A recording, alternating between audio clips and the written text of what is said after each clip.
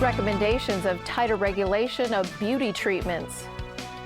The FAA eases restrictions on in-flight use of electronic devices. And Toronto mayor in a renewed crack cocaine controversy.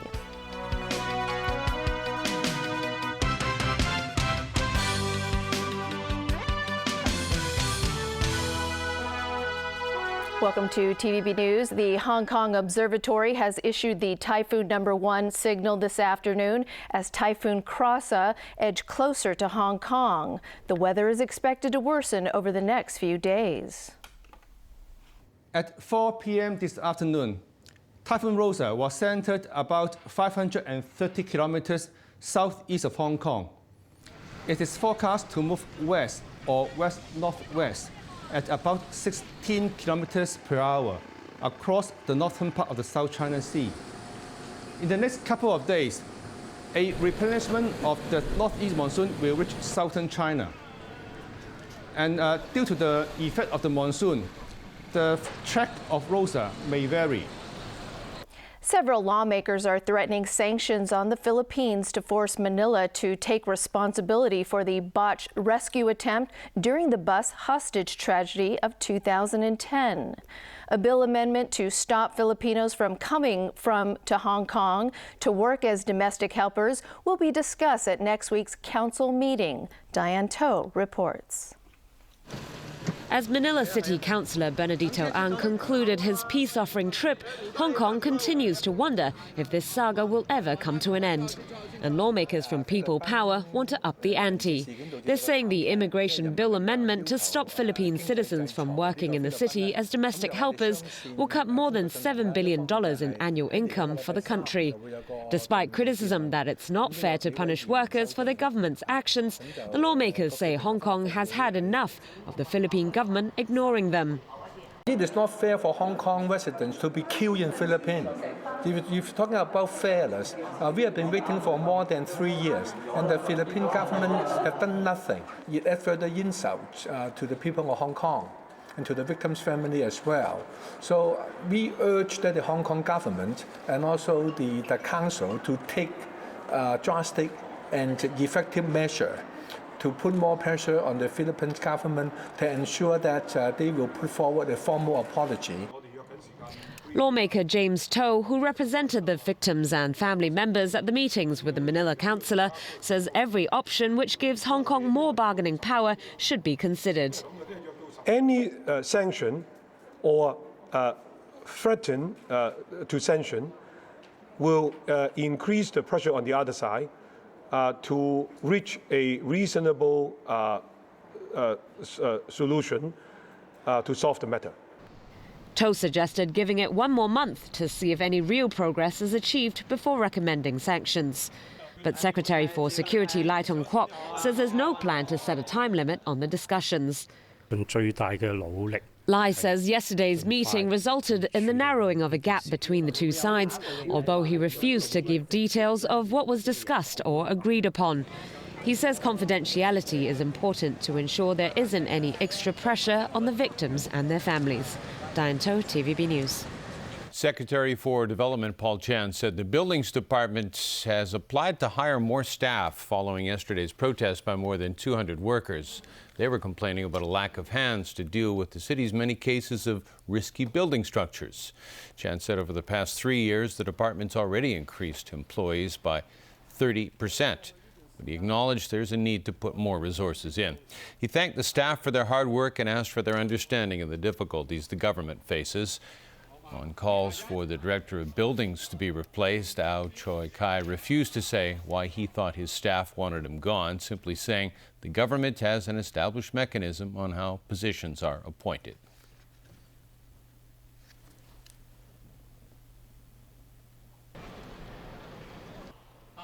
There are calls for the mayor of the Canadian city of Toronto to resign after police said they have a video of him that appears to show him smoking a crack cocaine pipe. Police say, however, there's not enough evidence on the video to file criminal charges. Alan Booknia reports. Toronto Mayor Rob Ford had been claiming for months that the video didn't exist. On Thursday, the Toronto police chief held a press conference to say it did.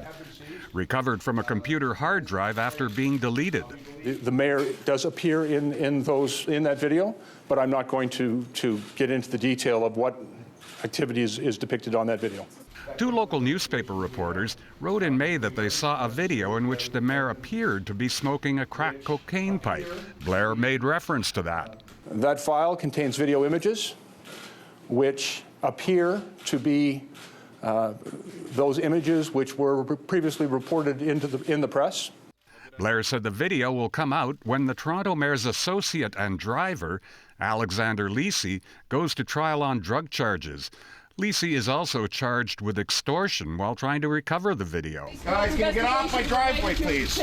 The embattled Ford has had a rocky 3-year relationship with the media since being elected mayor. The crack cocaine story has captivated and embarrassed Canadians and made Ford the butt of jokes on U.S. late-night television. Don't get off my property! I'm leaving! Can't get off my property! I'm leaving! Hey, thank you! Thank you very much! Later in the day, Ford said he would not resign. I wish I could come out and defend myself. Unfortunately, I can't because it's before the courts. And that's all I can say right now. Ford has said he intends to run for a second term as mayor in an election next year. Alan Bookney at TVB News. The Netherlands is the latest country to find out it's being spied on by the U.S. National Security Agency. The country's Minister of Interior Affairs said he received a letter from the NSA that stated the spy agency had intercepted 1.8 million Dutch phone calls and emails last December. Ronald Plasterk called the surveillance without the knowledge of Dutch authorities unacceptable. Meanwhile, Indonesia's foreign minister met with his Australian counterpart to talk about reports that Australian and American embassies are being used as hubs for Washington's spy program. A document from NSA whistleblower Edward Snowden, published by a German magazine, describes an intelligence program in which U.S., British, Canadian, and Australian embassies secretly contain surveillance equipment. Most of all, it's about trust, isn't it? If Australia was itself subject to such an activity, do you consider it as being a friendly act or not? I think it's just, I'm not sure what's the right term in Australian terminology. I guess it's not cricket to do this kind of things. U.S. spy agency whistleblower Edward Snowden has found himself a job with a website in Russia. Snowden, seen here on the bank of the Moskva River, was granted asylum in Russia after fleeing the United States. His Russian lawyer said he'll begin work this month, but he wouldn't say which website for security reasons. Meanwhile, Snowden also met with German lawmaker Hans Christian Strobel. He gave Strobel, pictured here with Snowden, a letter addressed to the German government and the federal public prosecutor. German Chancellor Angela Merkel sent top officials to Washington this week to ask about reports that the National Security Agency tapped her mobile phone. U.S. Federal Aviation Administration has come down with a big decision on the use of electronic devices on planes. As it turns out, the majority of portable devices pose no risk to flight safety. So the FAA is relaxing its rules to allow passengers on U.S. flights more electronic freedom. Let's face it, some flights can be long and uncomfortable. This is why so many of us tote our computers, phones, e-readers, and games. But under safety rules that date back to the 1950s, the only downside was that dreaded pre-flight announcement, please turn off all electronic devices for takeoff and landing. But thanks to new FAA regulations, that rule will soon be obsolete. I am pleased to announce that airlines can safely expand passenger use of portable electronic devices during all phases of flight.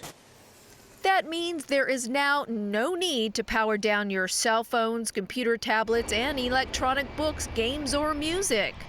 The revamped rules come on the heels of FAA tests that determine cockpit communications in most planes were not disrupted by radio interference from electronic devices.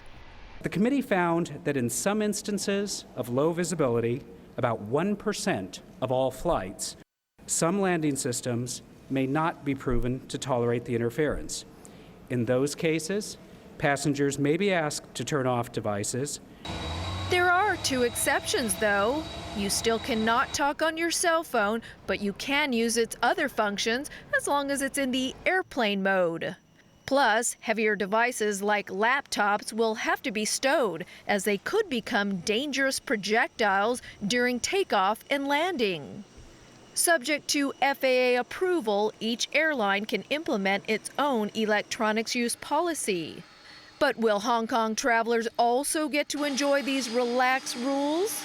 According to this expert, chances are they will, especially for those traveling on board newer airplanes. The actual relaxation would be up to the authority, the Hong Kong authority, to certify or to allow a plane to carry out that measure. And that would not be too much of a problem for the newer planes. And particularly for the Hong Kong airlines, most of them, they are using very new planes. Chung did warn that passengers traveling on older planes will likely have to adhere to the old stow all electronics rule. A Japanese movie star turned politician sparked outrage when he handed a letter to the country's emperor yesterday outlining his concerns over the Fukushima nuclear plant crisis. Taro Yamamoto has devoted himself to the fight against nuclear power since the 2011 earthquake and tsunami crippled the Fukushima Daiichi nuclear plant.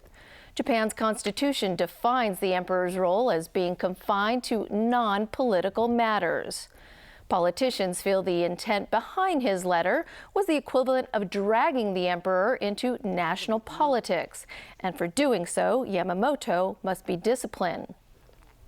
His letter addresses a series of radioactive water leaks at the Fukushima plant and Tokyo Electric Power Company's inability to safely close down the complex. And still ahead in our newscast, a plan to replace the turf at Hong Kong Stadium, the suggestions of making voting mandatory in the city, and in Sichuan, preparations for the Chang'e moon mission later this year.